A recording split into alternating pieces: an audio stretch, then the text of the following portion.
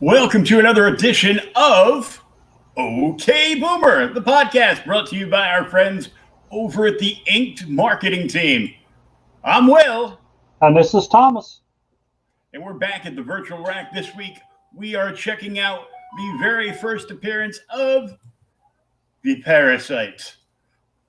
Yeah, dude. And the thing that brought this on, like I said, I've been watching the Superman animated series on the HBO Max now that they've remastered it. So far, they were 2 episodes with Parasite in just the first season alone, man. And I've always kind of loved this character. He's just weird, but I'd never read his origin until recently, until like today. Yeah, and we'll talk. I got a few things to say about it, at the end, because I'm like, but he's still a character. How? Yeah, that's what I said. And that's the way they always kill him. The thing that's funny is we talk about modern comics and everything. Is I didn't realize they were actually like, this is a double pager. There's 2 stories in here. You get Superman and there's a backup Supergirl story, and both of them are like full-length stories. The Supergirl felt like it was only like a few pages to me or something, but yeah, I've seen that Supergirl story someplace before. It's probably been reprinted like a half dozen times in various copies of Adventure Comics when they needed to make like their 48 or 64 page count. Yeah. Oh yeah, I'm sure it has. I mean, because there was a lot of that early stuff that was reprinted because she got so popular. And then, God, Lord Almighty, one day we'll never read the Adventure Comic stories with her in them though, because they're terrible. Come on, we can tell everybody how terrible they are. Well, if you want to do an absolute terrible one, we can do that because they are god awful. Mm-hmm. Well, they didn't care about them because it's like, oh, it's just a girl. Just Superman's cousin. Just whatever. Just write something and we'll print it, and we don't care. Well, I mean, the thing is she's got some stories which are so good, and then some of the ones in Adventure Comics. I reviewed one for the site years ago. Like I said, and I just remembered it's like the power of love overcomes everything, and Supergirl's like just so infatuated with this guy, and she's in love with him. And of course, he's a bad guy. She shouldn't be in love with him, but she is. And there's so many of the stories are like that. Even the backup story in here, to me, was kind of like that. I mean, she does 1 or 2 little super things that are cool, but most of the story is pretending to be somebody else. Mm-hmm. But we'll get to that after we get to Parasite, because dude, this was a good story, but yeah, like you said at the end, how the hell is he still a character? How has he come back from this? You got me. Yeah, he is not the same. What it is, I think they just leave enough space and time between Parasite stories that we just forget that he soaked up so much power. He blowed up and disintegrated and died. Well, and that's the thing. What's funny is everything that's in the modern Parasite is here, except for the fact that his absorption abilities are finite in this story. Mm-hmm. I mean, we start off with a wonderful, cover by, Kurt Swan.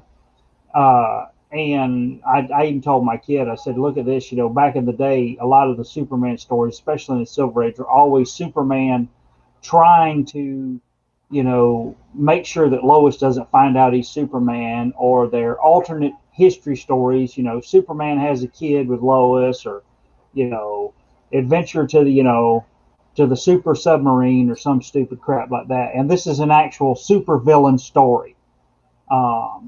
Which I thought was pretty good, other than the end.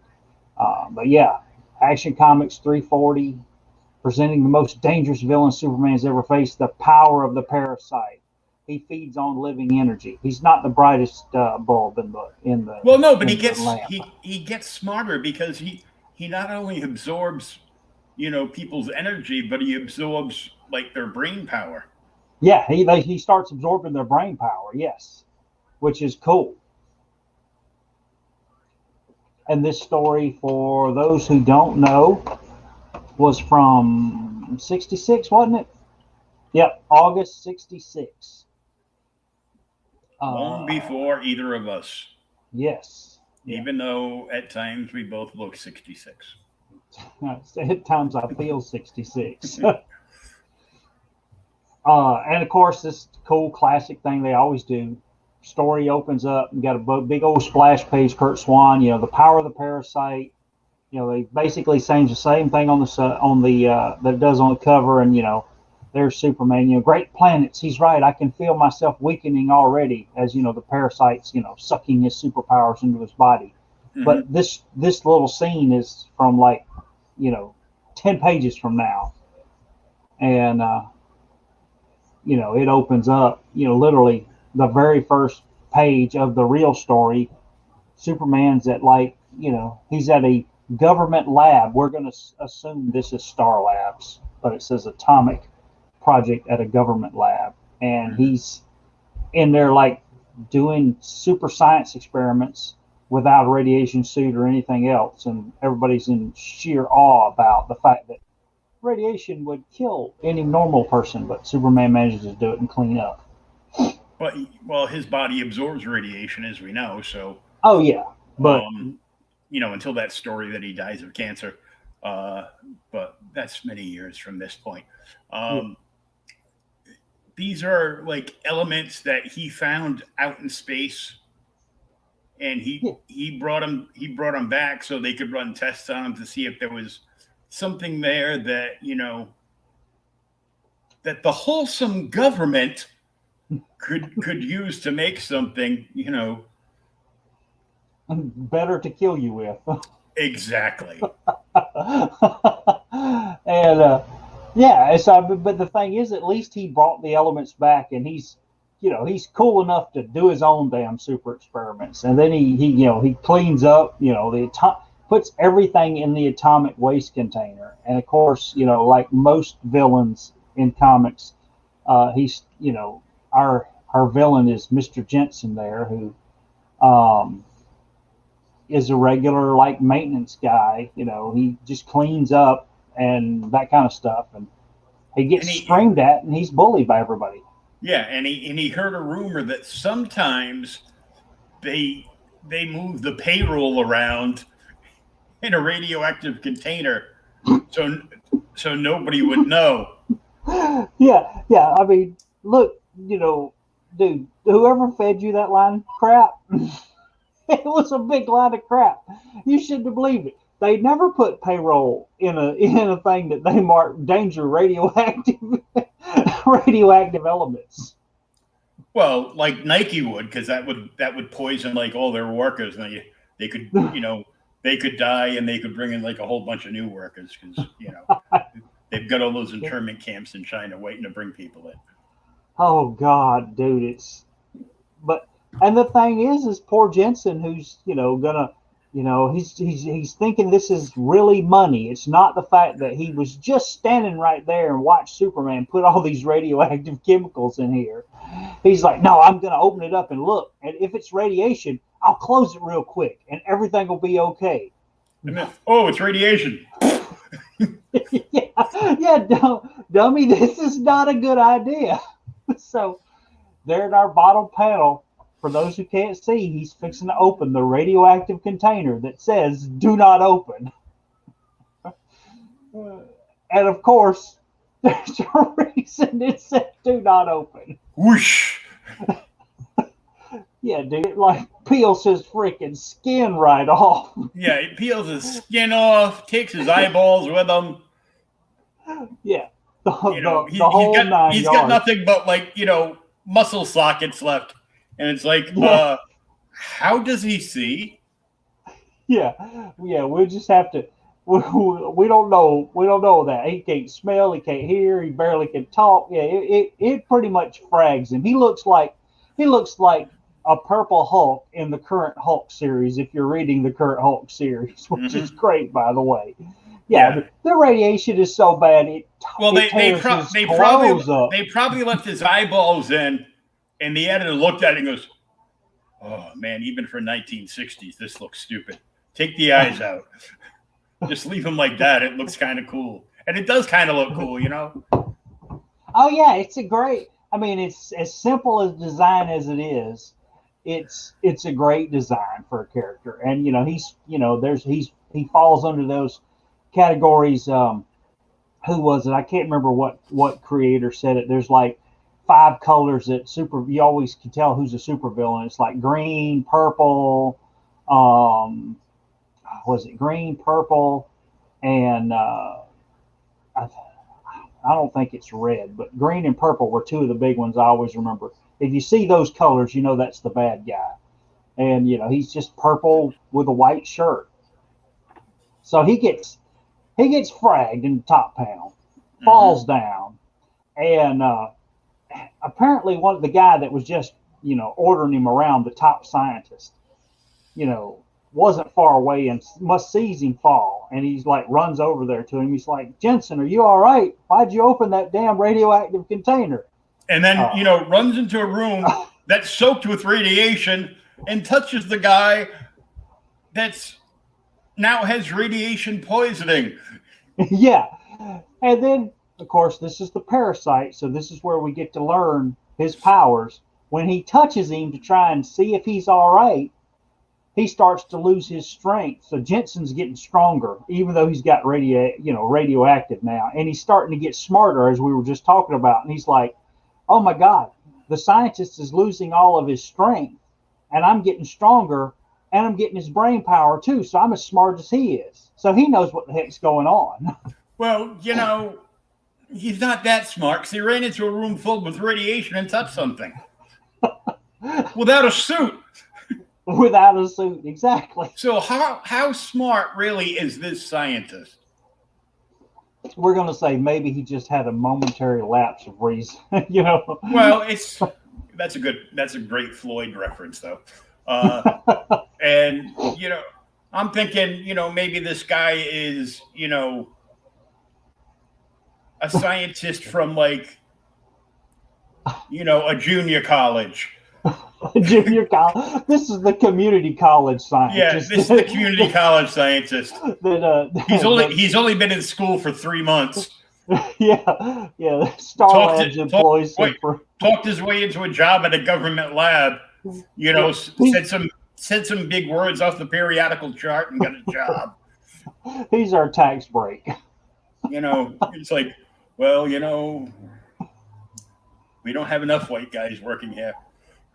There's that red guy in the other room, so you should probably run him there. Okay. Damn it. So after he helps Jensen up, Jensen quickly realizes, I've drained him of all of his strength and his mind, and I've become some kind of parasite. He says, I got to get out of here before anybody else finds me. But he starts getting weak, like really quickly. Mm-hmm. He's like, I'm getting dizzy, and he's losing all of his energy and everything else. And he sees all the other scientists. They're out in the hall. They don't know what's going on. They're like talking about the football game or whatever the hell they're talking about. And of course, one of them's like, hey, don't you see this is off strict area? And he just jumps in the middle of them. He's like, out of the way, chumps. And he starts absorbing all of their strength. And then we cut away in the last panel to the Daily Planet with old school Perry and Clark. Yeah, old school Perry was always great, dude. But yeah, so he's like, I've absorbed all the strength. It's going away. I've got to absorb some more. And then it flashes, like I said, last panel. And there's Clark, and of course he's being screamed at. Why the hell are you late again, Clark? What's your excuse this time? And he's like, I had to save a plane, Perry, but he doesn't really tell him that. I just an unexpected Grant Caesar's ghost. Yep, all the time. Why can't you be more like Superman, Clark? Well, you see, never mind. I'm gonna go, Chief. And don't call me Chief. Don't call me Chief. Yep. That's like from the original Superman movie. They're like, why did you hire him? I don't know, but he is the fastest typist I've ever seen in my life. So Superman's there, and Perry tells him, he says, look, Superman's supposed to be building a hospital this afternoon, and you need to get over there. Lois is already there, and she's waiting on Superman. He's supposed to show up, tear down a hospital, and build a new one. And, of course, Superman's been so busy, he's forgot about this whole, building a hospital. So he's like, I got to get out of here. So he changes into the, in the stockroom again and jumps out the window and flies away. And just then like we get another George Reeves show. Exactly. Yes. That show is so good. And that top right panel is like such a classic Kurt Swan pose. Yes. Both, and that's both hands out, like fisted up, and it's. Well, the thing too about Kurt Swan's Superman is, and I know this is going to a little knock on some of the modern Supermans, but especially I think it's Turner. Like Turner, everybody loved Turner's Superman, and he draws him like Michael Turner. Yeah, Michael Turner Superman. He draws him like GQ Superman. Yeah, but everybody loved everything about Michael Turner's artwork. It was awesome. Oh yeah, for the most part, his art was great. You got a Kurt Swan Superman action figure. This is out of the. Right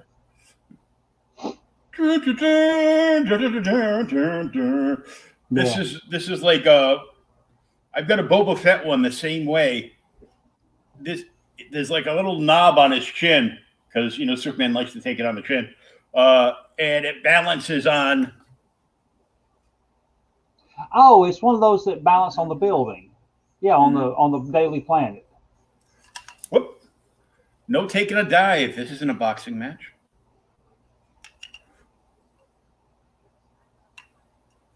Forget it. I can't see because it's too dark. But yeah, it was like a Burger King toy. I got a Boba Fett one the same way, but when you do it right, his chin balances, and then you can like give like a light push to the feet, and he'll just like spin around the building for a while like he's flying. But I mean, this was done, of course, after the animated series that you've been watching. But they make the hands go out, and the hands, because the hands and the arms, because they're so much bigger than like the rest of the body because of perspective. So all the extra weight is in the hands to keep them balanced. So. Well, we'll have, it's something we'll have to come back to because, like I said, the series is so good, and like Parasite is like the second villain they introduce in the animated series, and then after Superman defeats Parasite, they introduce besides Luther's the first one, and then it's Toyman, and then Parasite, and then they introduce like freaking Metallo, who is an absolute bastard in the series. So we'll have to do a Metallo story later on. But so Superman flies off to head to the to where he's supposed to tear down the hospital and build a new one.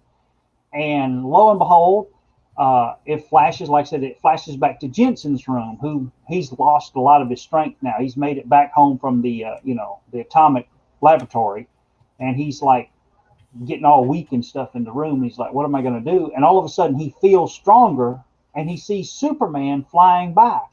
And he's like, that is, Superman's so strong that he's absorbing his powers from a distance. So he's like, hey, he says, I know Superman's going to build this new hospital.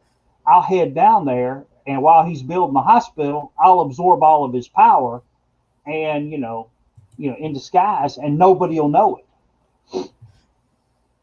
Which makes perfect sense. He knows where Superman's going to be. He's just got to get there. Of course, on our next page, Superman's like, for a moment there, I felt weak. Maybe I'm just, whatever. I'll investigate it later. So he shows up at the hospital. Man, he did this crap all the time. This is what we talk about infrastructure right here. One-handed, he tears up this damn old hospital, and then flies off to like go get the stuff and build the other one. While Lois is already there, who's having a damn hissy fit. She's like, "Where's Clark? He still hasn't shown up. He's supposed to be helping me with this crap. But what's Clark going to do? He's a newspaper reporter too. He can help you. But where's Jimmy Olsen? He ain't taking no pictures. Clark don't have a camera."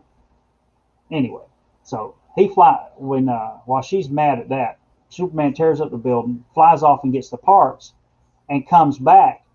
This part I thought was really cool in the story.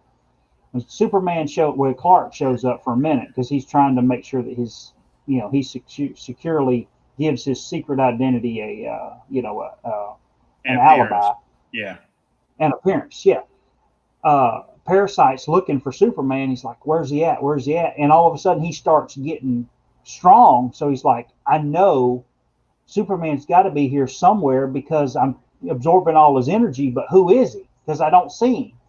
And he's like, Superman's got to be somewhere in the crowd in his secret identity.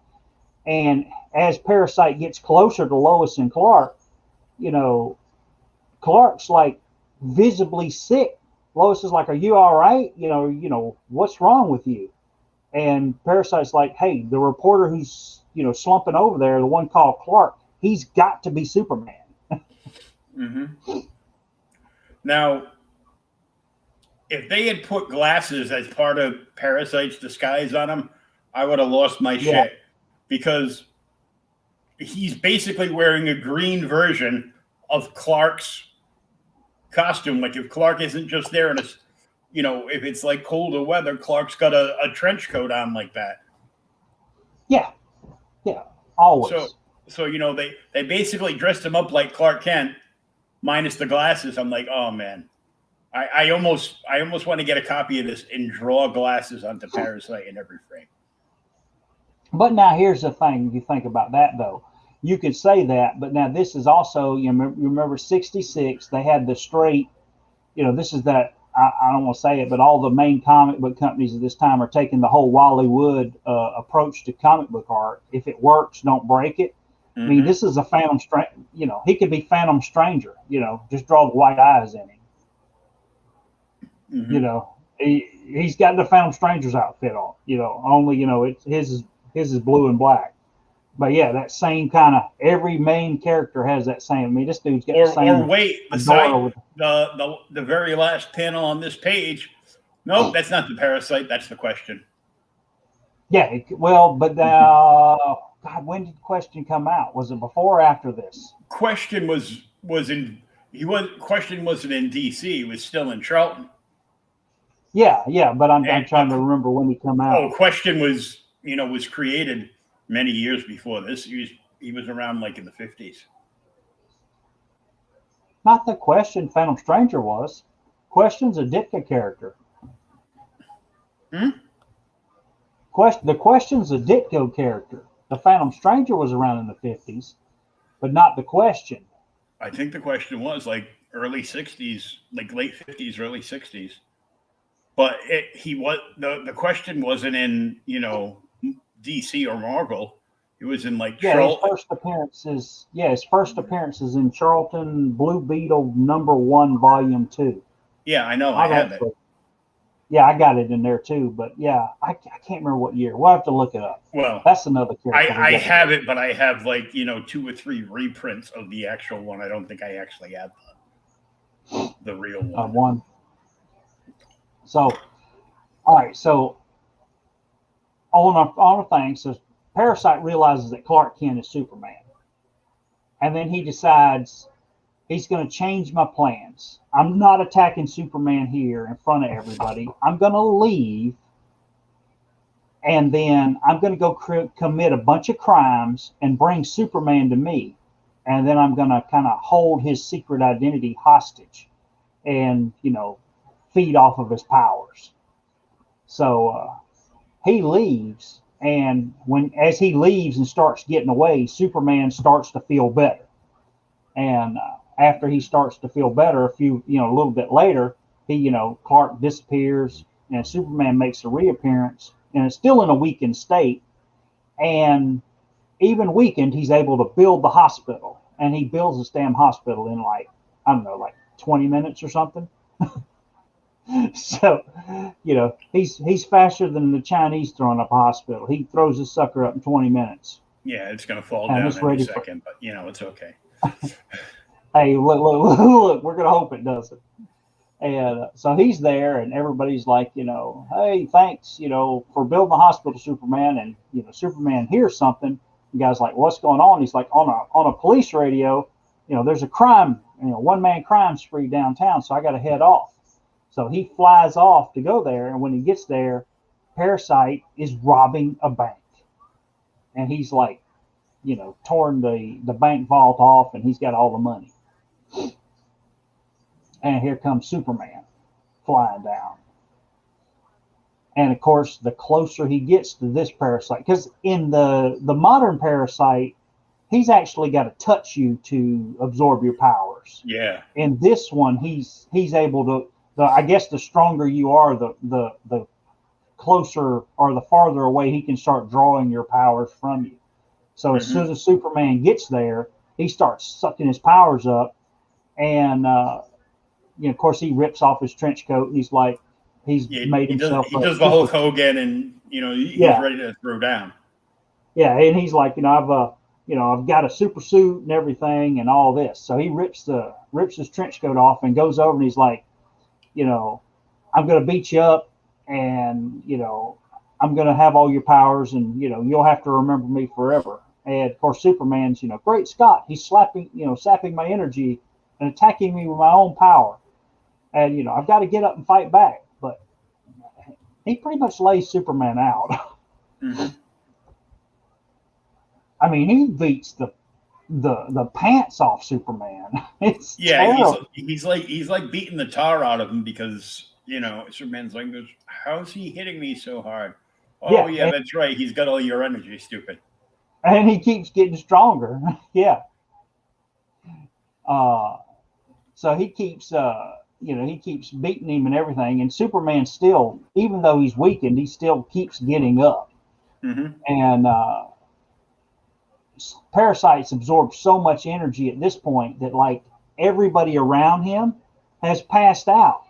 So he's like, crap, I can't even, I can't threaten him with his secret identity now because I've absorbed so much power from everybody else. They're all unconscious.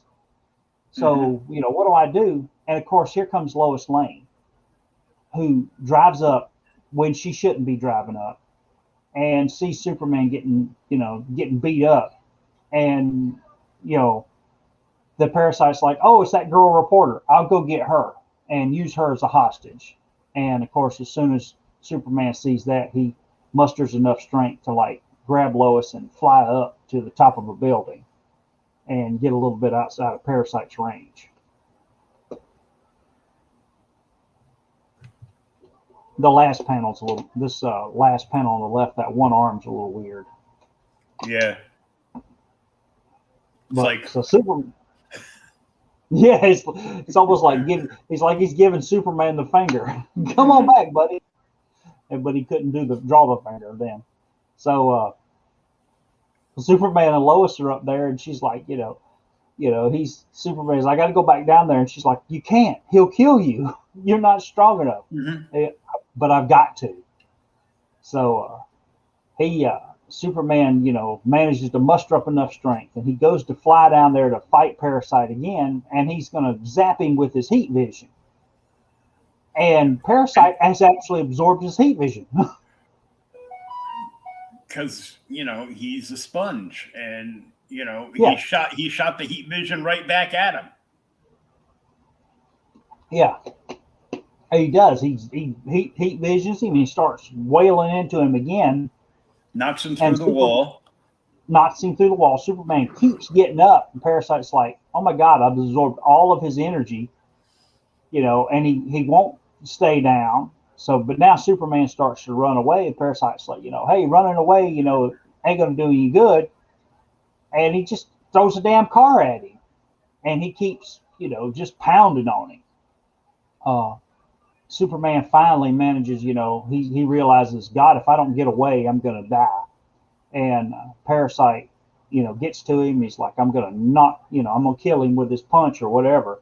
But Superman manages to duck out of the way. And when he does, he lands one great punch at him and knocks him into the wall. And of course, he makes a lunge for Parasite to try and end it. But, the closer he stays to him, just the stronger he keeps getting. Mm-hmm. So he gets up and knocks him out. Yep. And then there at the end, he's like, I'm going to get, he's going to absorb all of Superman's power. He's like, I'm going to get all the, take revenge on everybody. I'm not weak to kryptonite, which now that's different in the modern Parasite too. The modern Parasite, if he absorbs Superman's powers, he absorbs his weaknesses too. Mm-hmm. But here, like I said, original version, he's not weak to kryptonite.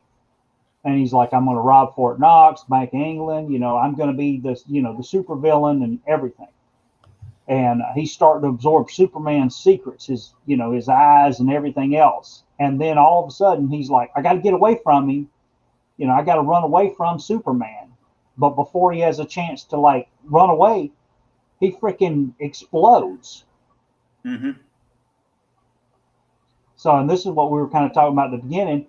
We're like, how does he explode? Superman's starting to get up now, feel better. Lois comes down and she's like, I was afraid he'd kill you. And he tells Lois, he's like, hey, look, he almost did. And she's like, well, what happened? And Superman tells her, he says, even though he was able to absorb all my power, he forgot that, he wanted immortality and all the power and everything, but his body simply wasn't strong enough to absorb all of my power. Mm-hmm. And he overloaded and exploded. And the end of the Parasite. Yeah, first appearance. Until they make the next one. Which the next one is like 360 something. I've got a second appearance of Parasite. So I mean, it's like 2 years from now. But yeah, I mean, and there's a lot of potential with this character. I mean, really, for a villain, he's got all the classic stuff. He can get really strong. That's like, it kind of reminds me of, and I don't know if you've read them, the early appearances of the Absorbing Man was really a lot like this. The Absorbing Man could just, he was so strong when he originally showed up. And Parasite's kind of like this too. Kind of not the brightest guy in the bulb, or not the brightest light in the lamp, whatever you want to say. Yeah, I know what you're trying to say there, Druga. But, good Lord, dude. Asshole. It happens. But, yeah. I thought it was a really cool read. Now, there is your classic Kurt Swan Superman, the big ass barrel chested Superman. Mm-hmm. The big pinup and the lightning coming from nowhere. Yeah. I actually, when I was looking online, I'm like, I'm gonna try and buy me one of these, and I did not know this had a pinup, but apparently this, and I was reading online, the first appearance of Poison Ivy came out at the same time, and both of them have a pinup in them.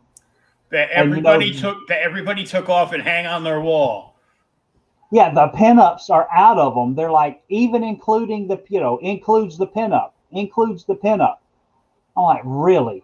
These are damn near as bad as the Marvel value stamps from the 70s, Mm-hmm. Holy crap, does it got the value stamp in it?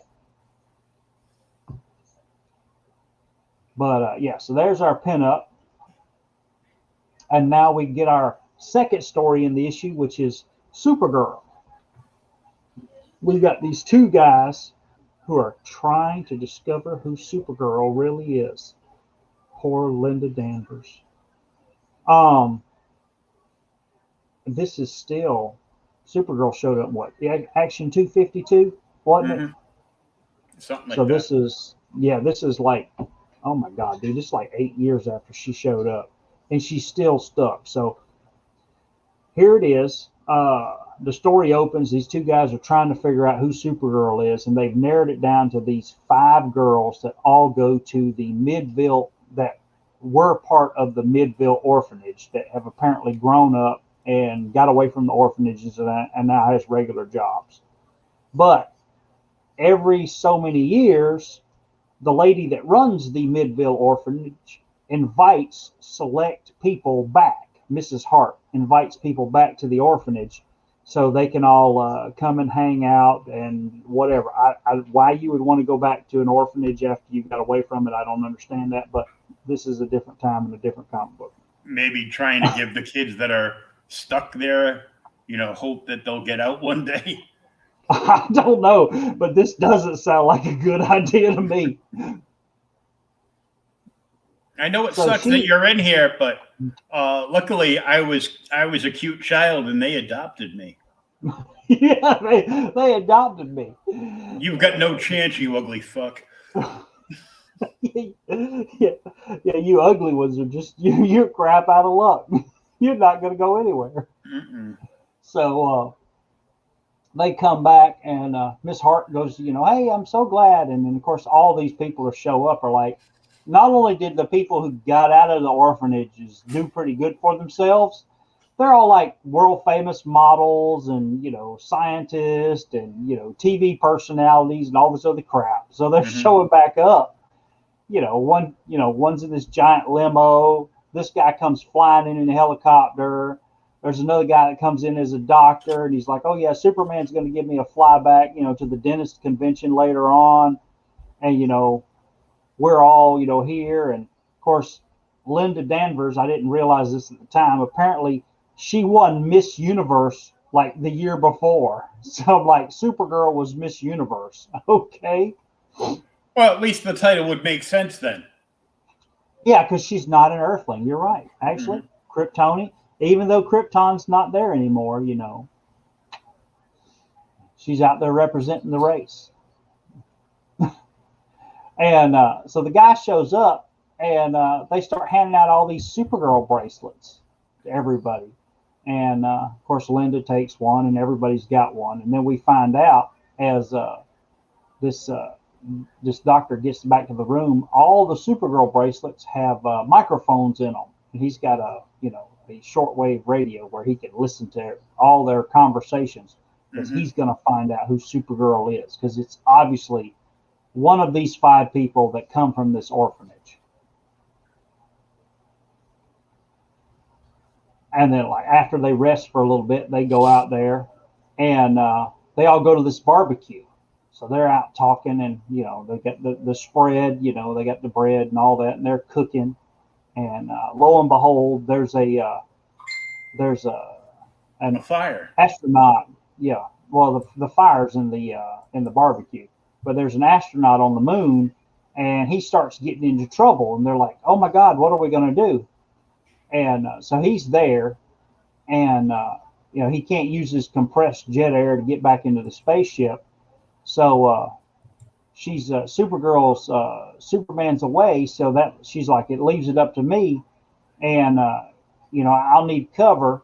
So she like uses her breath and draws the smoke away from the barbecue over everybody. So everybody's now choking and gasping, and they stay in the smoke. And she takes off her wig, and then she flies out in outer space right quick. But she can't get too close to the astronaut because he's, of course, floating amongst all this kryptonite, so it would hurt her. And that's a really good panel at the top, though. I don't know who drew this issue because they don't ever tell in the, back in the day. But that's a nice panel, the top one, Supergirl. She, like everybody's done this, she actually takes and uses her hands to stretch out this damn flagpole and push the astronaut back into his spaceship. And then she sticks this giant flagpole on the moon and flies back. And of course, everybody's still in smoke, so she's like, nobody's seen that I'm gone yet. And then she changes back into clothes, her regular clothes, and then gets in the smoke. And then lo and behold, just a couple minutes later, Elaine, one of the women's is there, comes out of the bushes, and she's like, "Oh, the smoke blinded me. I wandered off." So now our villain, or whatever you want to call him, that's wanting to figure out who Supergirl is like, there. So it must be Elaine. So after dinner, Miss Hunt's gonna like, "Hey, I know y'all are grown ass adults, and you're here with the kids, so we're gonna bury these treasure chests everywhere around the property, and then y'all can go dig them up, because it'll be fun. I know y'all will really enjoy this." So the guy who wants to figure out who Supergirl is like, "Yeah, I'll do it." So I'm going to go plant them, so I can't look. And he was an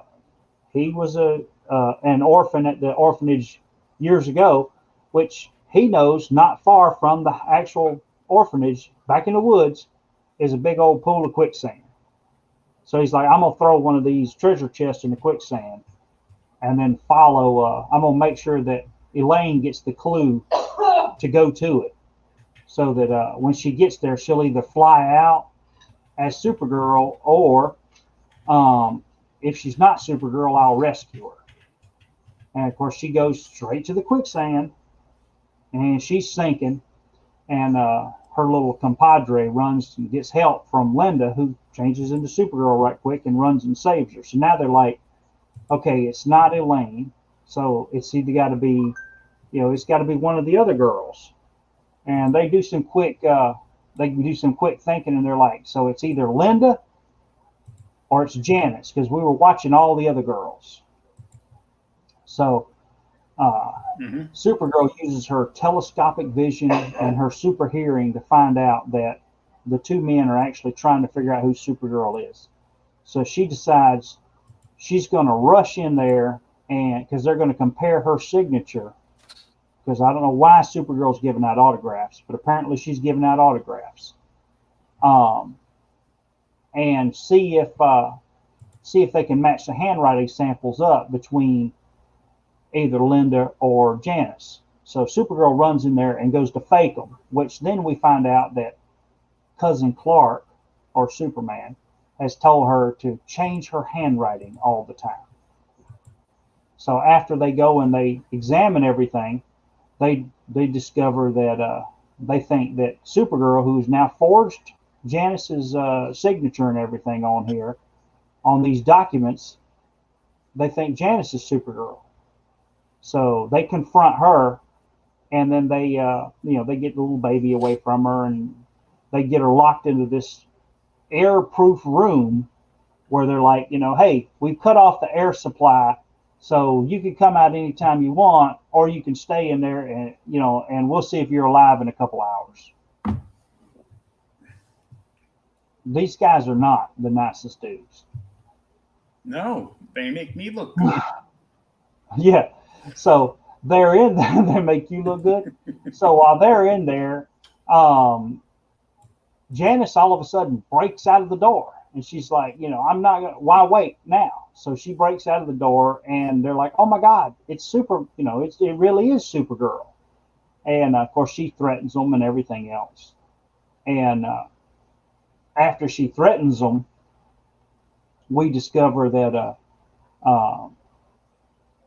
they pretend that they see Janice is actually outside, and they realize that they don't know who Supergirl is, and she takes off the wig, and then she goes to fly away, and tells them, "Look, we know what's going on." But then when everybody gets back outside, now Linda's like, "Oh my God, I got a wisdom tooth and it's killing me. I got a toothache." So the other the guys are like, "It can't be a toothache. It's a bluff. Linda's really got to be Supergirl, because it's not it's not Janice. So it's got to be Linda. She's the last one, but she can't have a toothache because her super teeth would never get a cavity." And if only. So if only, yeah. So the doctor, yeah, if she flossed and brushed twice a day, she'll never get a cavity. So the doctor takes her in there and pulls a tooth. He comes out, and they're like, "Oh God, she had a tooth pulled. There it is. I see it." Because they come out and they're like, "Hey, look, I got your tooth right here." They're like, well, it obviously can't be her because Supergirl would never have a toothache. So they're like, we got to get back into we got to get out of here. The blackmail business isn't paying off. So they leave. And then as they leave, then we realize that the dentist is actually Superman, who Linda has told what the hell's going on to him. And he's managed to pretend to be the doctor, the dentist, come up with another tooth. And he's like, no problem, glad to help. We still got your secret identity. And, these guys are a pain in the neck. And he flies off, and they all have a good day. Mm-hmm. and the ad on the bottom is killing me with the ginger kid. Because that used to be me. I was the ginger kid. Dragon complaining? You need entertainment. Read DC Comics. This was back when they weren't charging $6 to $12 an issue. Yeah, $6.99. Actually, I heard that price did come down. Now it's back down to $4.99 an issue. You sure? Yeah. And that last thing I saw, they said the card stock cover is still going to be $6.99, but you can get the regular issue for $4.99. But the thing about the Supergirl issues, dude, they're like, you'll get 1 or 2 issues that are so good, and then you'll get so many of them that are just, and even the old Superman comics are like this. You'll get so many of them that are just like, all they're trying to do is save the super identity. It's almost like they just don't have anything for them to do. And I want to be ugly, but this is why Batman really got more popular from Superman. Because, Jesus Christ, when every issue is you trying to save your secret identity, you're not doing anything. That's what was so amazing about the Superman part of this issue to me, is it really is. It's a good story. Granted, he's got to save his identity in it, but that's not the main part of the story. The main part of the story is trying to freaking keep Parasite from killing him. So I give this book like 3.5 out of 5. Yeah, I'll go. Yeah, it's a good solid read. It would have been it would have been a solid 4 if this silly Supergirl story wasn't in the back. Yeah, that's what I'm saying. The Supergirl story, which I didn't even know was in the back of this book, was this was just a filler, so the book could be 32 pages. Well, the thing that gets me on this too is I was watching another podcast. Some guys were talking about old comics, and they're actually a little different format. They're actually not talking about the story and that kind of stuff. We're trying to talk about the story and all that. They were talking about the art, and a lot of these old guys weren't credited. Now, everybody knows who Kurt Swan is, but they were doing Adventure Comics 418, I think it was, or 419, and that's part of the Supergirl run. And they didn't even they completely skipped over the Supergirl story. They're like, okay, I know Supergirl's on the cover. This is Action Comics, or not Action, Adventure Comics 419. We're not reading this crap. They didn't say it that way, but we're not reading this. We're here to read the backup story, and the backup story is a Black Canary story by Alex Toth. I'm like, holy crap! I didn't even know that was in there. So now I'm going to be on the hunt to try and find that, and that just shows you, to me, how weak these early Supergirl stories were for the most part. Mm-hmm. They're all. Even the whole she wears a wig underneath her long hair and all this to change her hair color, and back then, you got to look, limited palette and everything, and they would put a big action flyby scene with either Supergirl or Superman on the cover, and it would draw your attention because of the bright colors. Yeah, but yeah, that's the quality of the Parasite story versus the quality of the Supergirl story is just, they're night and day. Yeah. So I have an idea for next week.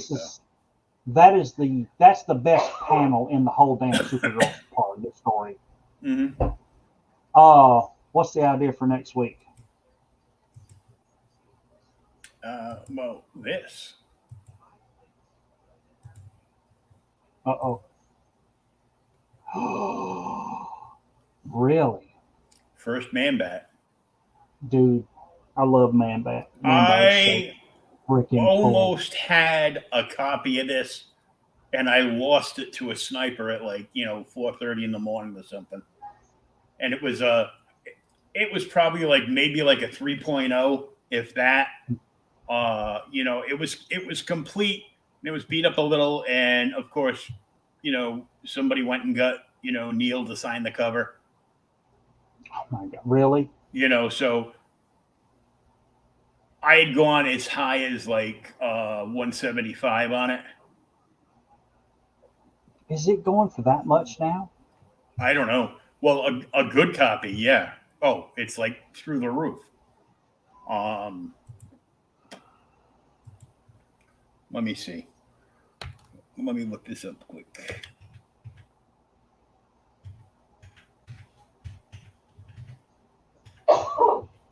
Bless you. Yeah, our pollen hasn't lit up at all.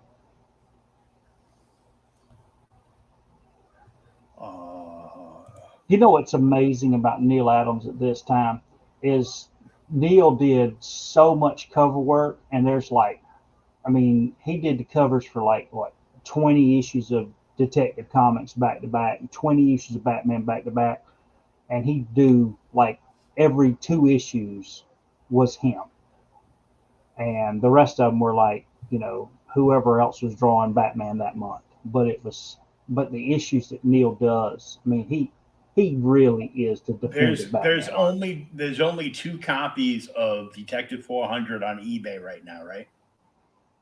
One is graded a 6.0, first appearance in Origin of Man-Bat, 1970.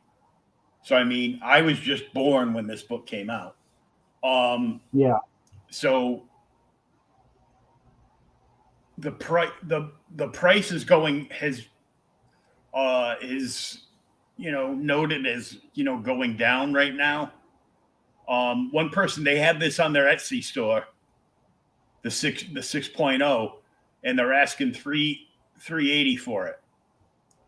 Really? This other guy has one that he claims is fine, very fine, 7.0, but it's raw, and he's asking $375.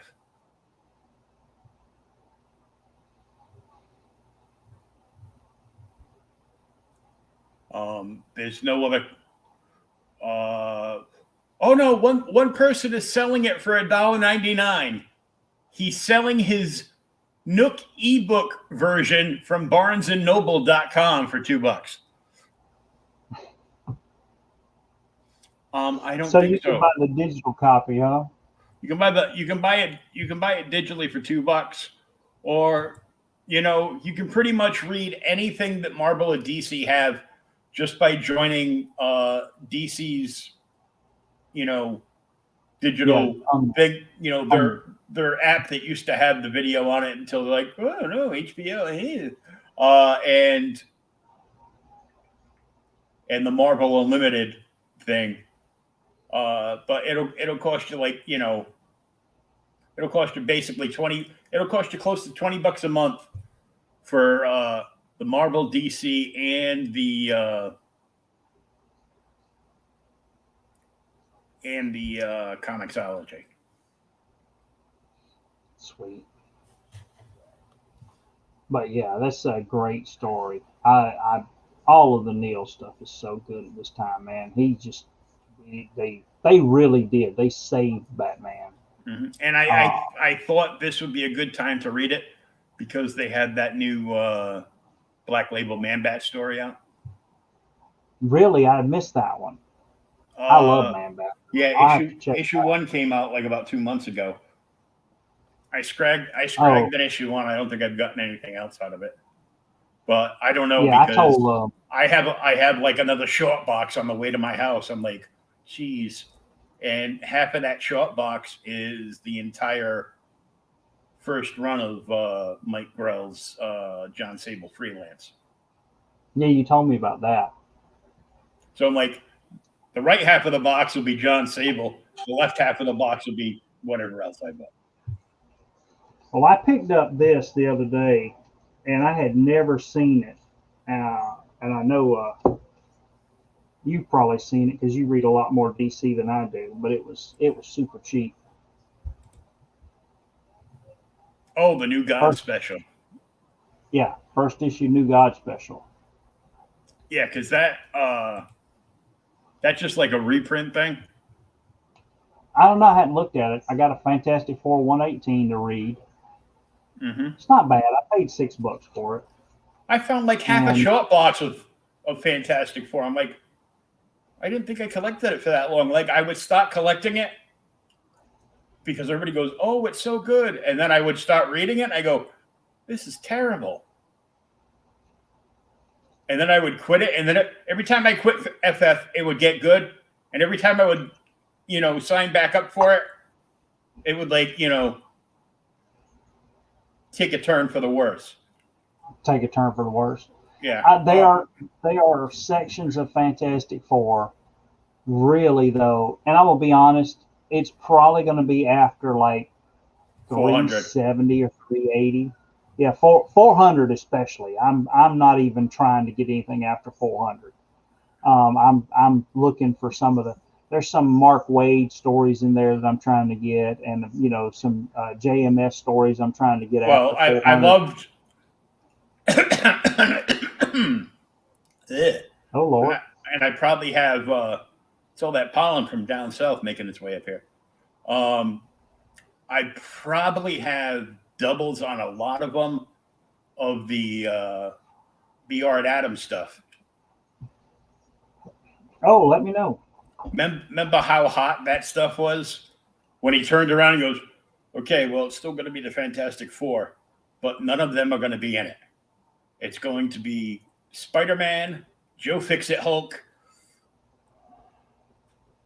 Ghost Rider, and who else? Somebody else. Yeah, never mind. If it's those, yeah, never mind. Those were great. I have to go back and look at them. I like right before that, before Art Adams was the Friend, when Ron Friends was doing it. And that was good. Well, but except for the Arthur Adams stuff, I pretty much plan on selling anything FF that I have. Yeah. To get rid of it, I'm like, I don't want it. I'm like, I will buy like the omnibus hardcover of the John Byrne run, and I'm done. Yeah. Well, the John Byrne run is, holy crap, dude. It may fit in one omnibus, maybe two omnibuses, because he started at like 232 and run to a little over 300, I think. I mean, and if I can find the DVD ROMs, I don't need them because I'll have the DVD ROMs that I can just slap on my computer. Not that I will actually sit at my computer and read them. That's another problem entirely. Well, you got a tablet now. You can download them to your tablet. I can't download a DVD ROM on my tablet. You can. You can go in there, rip the. You should have the image files in there. Just rip them to the hard drive, and then save them to your computer. I don't think I can. I tried it before. It's all coded and everything, so you can't you can't clip and copy anything. They didn't want anybody to be able to save any images from the discs.